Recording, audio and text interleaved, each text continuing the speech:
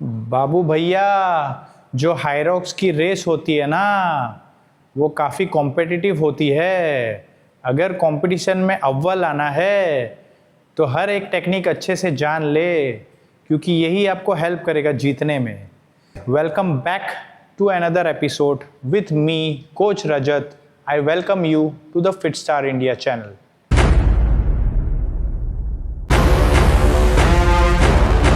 आज का वीडियो का टॉपिक पता है क्या है?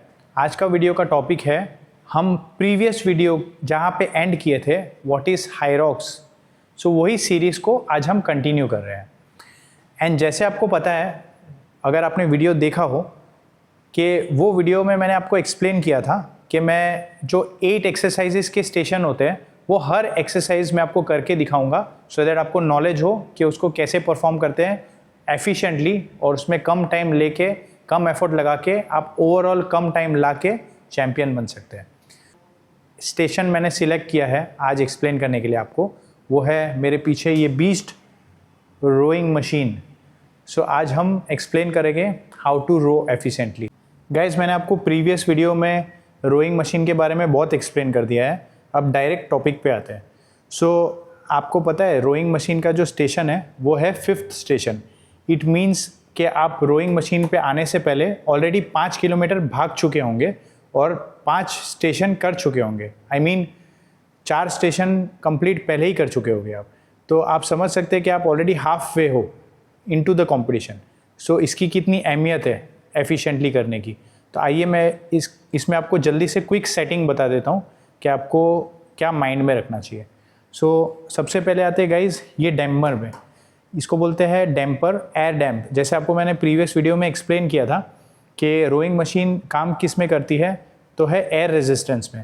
आपकी स्पीड जितनी फास्ट होगी उतनी ही डिस्टेंस फास्ट आप कवर कर सकते हो, because it runs in the air resistance. So air resistance आप यहाँ से सेटिंग कर सकते हो उसकी, कि आप देखो, अगर आप देख सकते हो।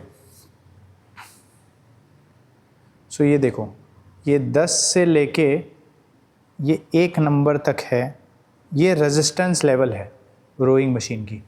सो बेसिकली जब आप इनटू द कंपटीशन हो हाफ वे, तो आप अगर ये डैम्पर सेटिंग एकदम ऊपर कर देते हो तो आपको रोइंग मशीन पुल करने में काफ़ी स्ट्रेंथ लगेगा।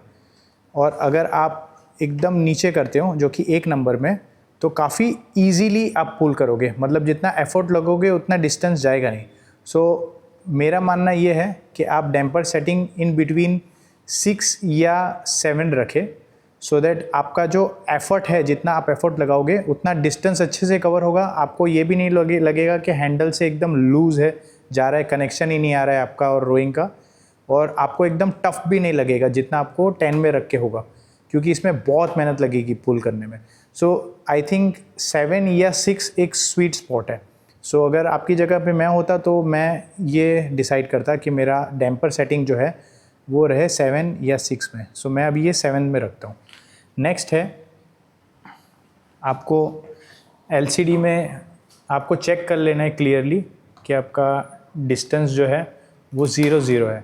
सो बेसिकली यहाँ पे आपको टाइम बताएगा, कैलोरीज पर आवर, डिस्टेंस कितना कंप्लीट किया है आपने। सो हायरॉक्स में जैसे आपको पता ही है कि 1000 मीटर आपको कंप्लीट करना है, तो वो आपको यहाँ पे दिखेगा, और यहाँ पे आपको स्पीड कैलोरी पर आवर दिखेगा।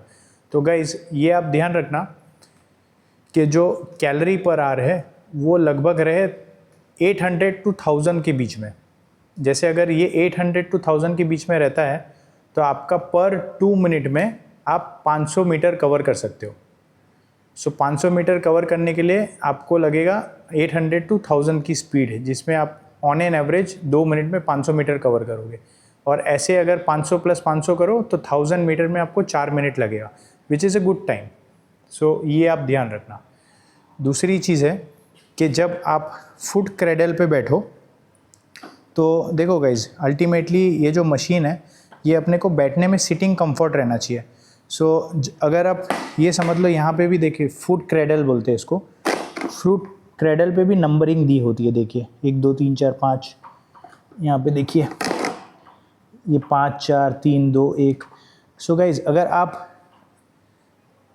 आपका हाइट अगर 5 10 से 6 फीट तक है, तो मैं सजेस्ट करूँगा कि आप नंबर 2 पे रखिए फुट क्रेडल को, क्योंकि अगर आपका हाइट 5'10" है, 5'11" है, जो कि एक एवरेज इंडियन का हाइट रहता है, तो आप अगर डैम्पर सेटिंग मतलब foot cradle, I am sorry, इसको नंबर 2 पे रखेंगे तो आपकी पैर के साथ इसकी अच्छे से सेटिंग हो जाएगी।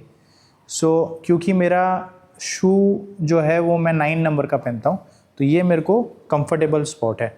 और अगर आपका शू साइज़ है 10 या सपोज़ उससे आगे, मतलब उससे ऊपर, आप ज़्यादा लंबे हाइट में 6 फीट एंड अबव, तो आपको जो है वो इसको फुट क्रेडल को नीचे करना चाहिए और बेसिकली आपको नंबर 4 पे रखना चाहिए, सो दैट आपका पूरा फीट अच्छे से कवर हो जाए। ये देखिए, अभी मैंने इसको नीचे किया है तो मेरा जूता नीचे सेट हो रहा है, तो ये कंफर्टेबल पोजीशन नहीं है मेरे लिए, तो इसीलिए मैं इसको नंबर 2 पे रख रहा हूँ। यस, ये मेरे लिए ज़्यादा कंफर्टेबल है। और जो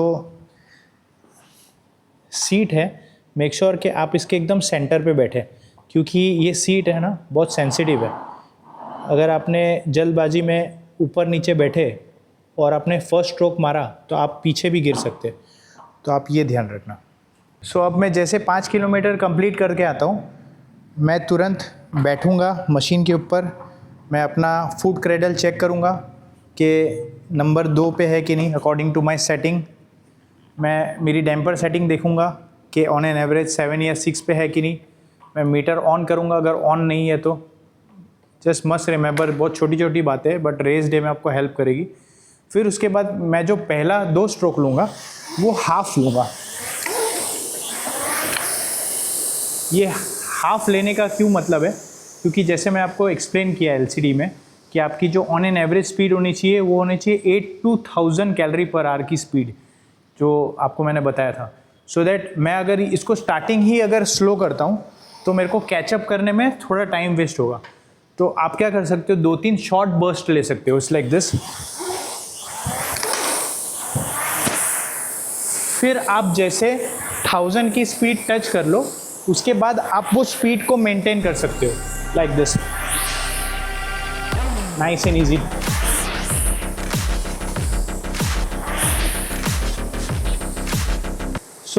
इसकी टेक्निक जैसे आपने स्टार्ट की वैसे आपको 2-3 शॉर्ट बर्स्ट लेना है। जैसे आपने 1000 कैलोरी पर आवर की स्पीड पकड़ ली, वैसे आपको लॉन्ग स्ट्रोक लेके मेंटेन करना है। It's like just opening your legs nice and straight, pulling your arms to your chest and then again straight your arms, go forward, catch the handle, open your legs nice and high, open your handle nice and high। Smooth mechanical movement आना चाहिए, जैसे आपने stroke को average pace पे कर लेते हो, which will be efficient. अगर आप बहुत ज़्यादा फास्ट करने की कोशिश कर रहे हो तो आप जल्दी थक जाओगे। सो इंस्टेड जैसे आपने एवरेज पेस पकड़ा वैसे आप एफिशिएंटली करें, ये ज़्यादा बेनिफिट करेगा आपको। फिर आपने जैसे 1000 मीटर कंप्लीट किया, आप स्ट्रैप को ओपन कर और फिर अपने रनिंग की तरफ वापस से लपके। यस, हमने अपना पहला टॉपिक कवर कर लिया है जो कि था 1 किलोमीटर रो। ये 5th स्टेशन था। गाइस, अगर आज का रोइंग मशीन का एक्सप्लेनेशन आपको अच्छा लगा हो तो एक लाइक ज़रूर दे के जाना। 8 स्टेशन में से आज 1st स्टेशन को कवर कर चुके हैं।